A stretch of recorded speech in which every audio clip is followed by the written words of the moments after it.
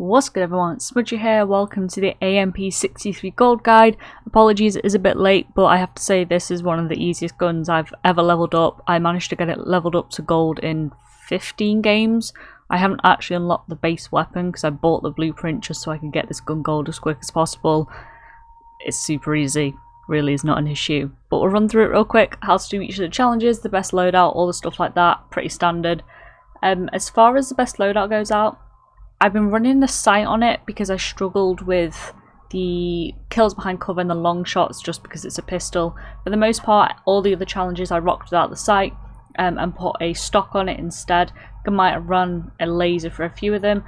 I just rocked the muzzle brake. I didn't really change many of the attachments. I don't really need to. The task force I've only actually recently switched to. I was running the extended just because I was lazy and didn't change it. 25 round mag came with the blueprint that I got. You need it as soon as you get this, unlock it and put it on because you'll burn through ammo quicker than you realise.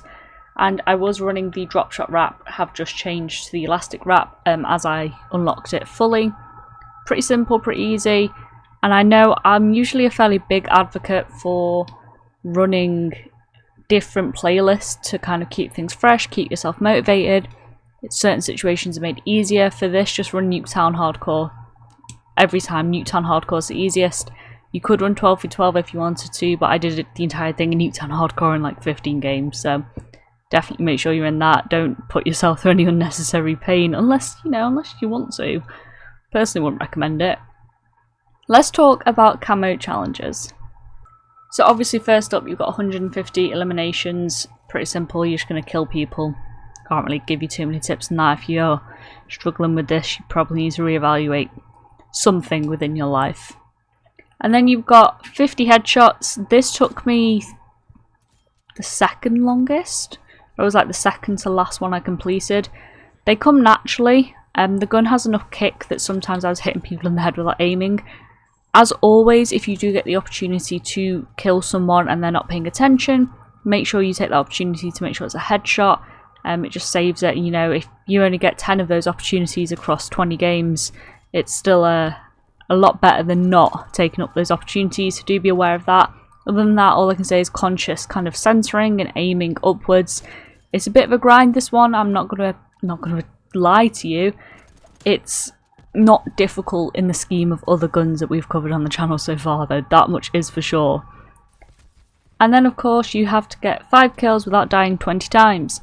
This is made far easier with this pistol because it's fully auto, and whilst it doesn't have the world's largest mag size, it definitely gets you out of some sticky situations that other pistols may not allow you to, with the exception of maybe the Diamatis.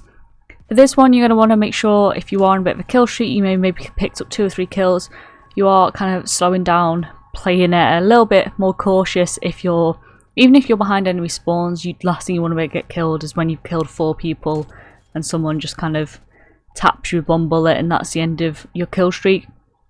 I have to say I didn't really notice getting these challenges done. They just kind of came naturally with a few nice spawn traps here and there. Obviously you can rack them up, kind of if you go on a 10 kill streak with it, that counts twice towards this challenge. It's fairly easy.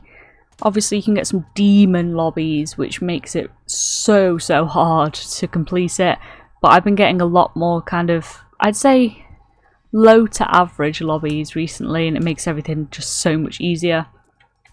25 long shots, this is when I put the sight on. I'm actually running the quick reflex, I think, in the setup I showed you before. You can put on the middle sight, which I can't remember the name off the top of my head. It gives you slightly more kind of scope. I just didn't like it, couldn't vibe with it, so I took it off just because it's far easier. The iron sights aren't bad. I did quite a few of the long shots with just iron sights. It's good for your eyes to not strain so much, you know, from an ergonomics point of view. And then you've got to kill 25 enemies detected, stunned or blinded by your score streaks, equipment or field upgrades. Super easy. You're going to run on field mics, UAVs, harps, you know, all of that stuff. Run stuns, run flashes. It's really simple. I think most people are fairly comfortable with this one now. And it is only 25 enemies with the pistol. It is a fully auto pistol. This shouldn't be too much of an issue if you're running the right equipment, which is the main thing to take away there. And then you've got to kill 25 enemies taking cover from you. This one was the last challenge I completed. I always struggle with killing enemies behind cover. If you've seen some of the other gold guides, you'll know this. And this is where the sight really came into its own, especially when coupled with Nuketown.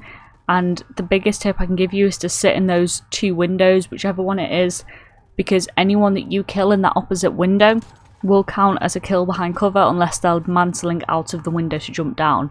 Same with if you peek over the edge of the window, quite often you can catch some people off guard, taking cover. Most of the kills you'll get from those windows, unless you're, defending, coming from the spawn directly behind you, will be behind cover.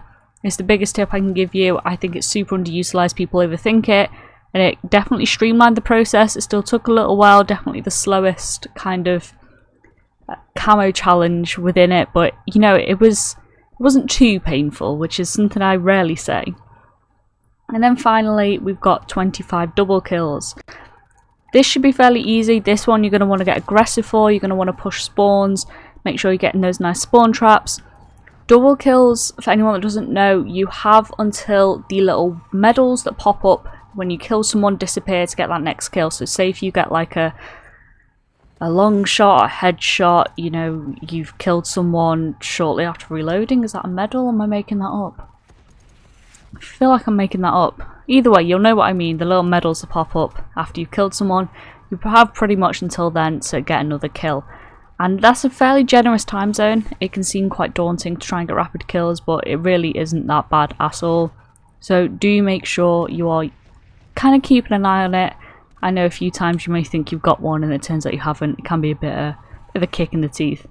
But overall, it's really not that difficult. Definitely the easiest pistol I've got gold. It's fully auto, so I don't really know what I expected. As always though, do share any tips that you have with others in the comments down below. With these videos, we do like to help out the community.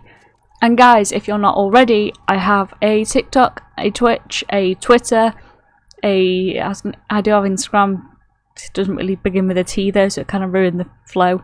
All of them are at eSmudger, with the exception of Twitter, which is at eSmudger with an extra R on the end, because someone has my handle. I'm a little bit salty about it, I can't lie. Please go follow me over there, especially Twitter.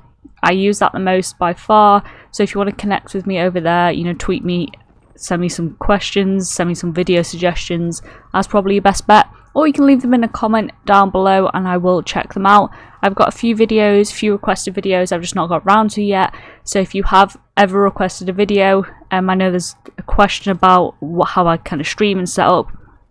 I am getting around to that. I'm just, in the next couple of weeks, I'm probably going to be moving. So I'm debating whether or not I should wait or not to show you the kind of the new setup.